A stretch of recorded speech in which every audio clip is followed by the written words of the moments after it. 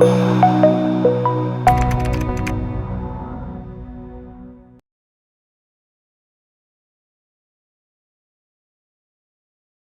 الله الذين آمنوا منكم وعملوا الصالحات ليستخلفنهم في الأرض كما استخلف الذين من قبلهم وليمكنن لهم دينهم الذي ارتضى لهم وليبدلنهم من بعد خوفهم امنا.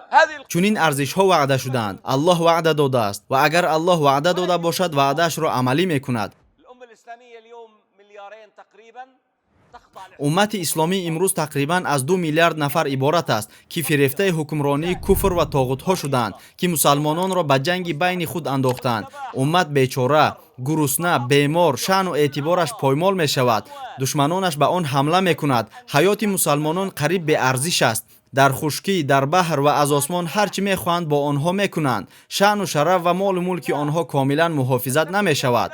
محض در چنین شرایط ما می‌خواهیم که امت را زیر فرمان یک امام یگانه متحد سازیم که از روی شریعت الله حکمرانی می‌کند. ببینید که جهان به خبر جاری شدن تنها یک قانون درباره بریدن دست دزدمرد و دزدن چگونه مناسبت می‌کند. خبر برگردانیدن فلسطین به حکمرانی مسلمانان پس از اشغال آن چگونه قبول خواهد شد. عجایب صدا می‌دهد. همین طور نه؟ عیناً در چنین شرایط خلافت بر منهاج نبوت برپا می‌شود. زیرا الله سبحانه و تعالی این را وعده داده است. یعنی البته چنین می شود. زیرا این وعده را نه آدمی بخیل، نه یگان کپیتالیستی خسیس، نه سردار تشکیلات مسلحانه، نه، وعده از جانب الله است و وعده او به ارزش‌های داخل دارد که از همه این آدم‌ها بالاتر است. وعده را الله و رسولش صلی الله علیه و سلم دادند.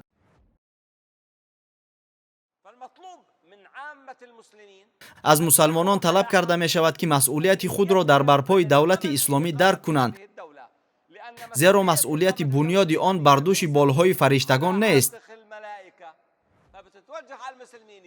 ای مسلمانان، این شما هستید که باید دین را برپا دارید. الاقصی را تنها خلافت آزاد می کند. تنها خلافت لشکرها را به جهاد سفربر می کند. تنها خلافت سرزمین های اسلام را آزاد می کند. کتاب الله تنها در خلافت تطبیق می شود. سنت تنها در خلافت عملی می شود. دشمن تنها با خلافت تار و مار می شود.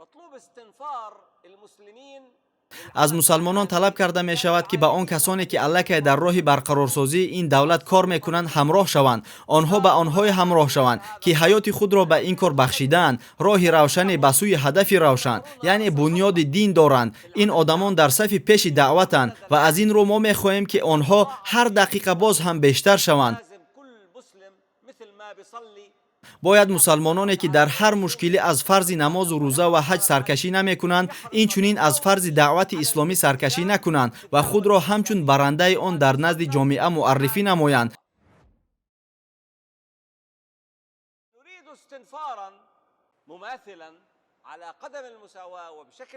این چنین می‌خواهیم که در برابر آنها یک قسم دیگر مسلمانان که دارای سلاح و نیرو است به کار شروع کنند. شرم بر مسلمانی که قدرت دارد، لشکر دارد، میتواند دین را برپا کند و اسلام را به تمام جهان رساند. او باشد از نظام کپیتالیستی یا حاکمی که از روی شریعت حکمرانی نمی‌کند پشتیبانی می‌کند. منظور من این است: یا برنده دعوت باش یا صاحب قدرت. ای مسلمان، یا مثل مصعب باش یا مثل سعد.